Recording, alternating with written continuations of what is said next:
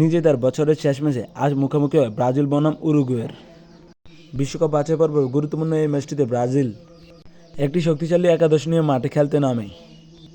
ম্যাচটিতে ব্রাজিলের লক্ষ্য জয় থাকলেও উরুগুয়ের সাথে ম্যাচটিতে ব্রাজিল 1-1 গোলে ড্র করেন। এ নিয়ে টানা দুটি ম্যাচ ব্রাজিল ড্র করল। বর্তমানে র্যাঙ্কিংয়ের 5-এ আছে ব্রাজিল। ম্যাচের শুরু থেকে দুই দলই হাড্ডাহাড্ডি লড়াই করেন এবং দুই দলই আক্রমণ করতে থাকেন। প্রথম হাফে কোনো দল গোল করতে পারেনি। দ্বিতীয় হাফে 55 মিনিটের সময় উরুগুয়ের ভালভার্দে গোল করে বসেন, কিন্তু উরুগুয়ে এই লিডটি বেশিক্ষণ ধরে রাখতে পারেনি। ম্যাচের 62 মিনিটের সময় জারসন গোল করে ব্রাজিলকে সমতায় এনে দেন। পুরো ম্যাচে ব্রাজিলের 18টি শটের বিপরীতে উরুগুয়ে করেন 8টি শট। 62% বল পজিশন ছিল ব্রাজিলের কাছে। ইয়েলো কার্ড খেয়েছেন ব্রাজিলের 3 জন, উরুগুয়ের 2 জন। সকল ধরনের সকল খেলার তথ্য পেতে চ্যানেলটি সাবস্ক্রাইব করে পাশে থাকতে পারেন।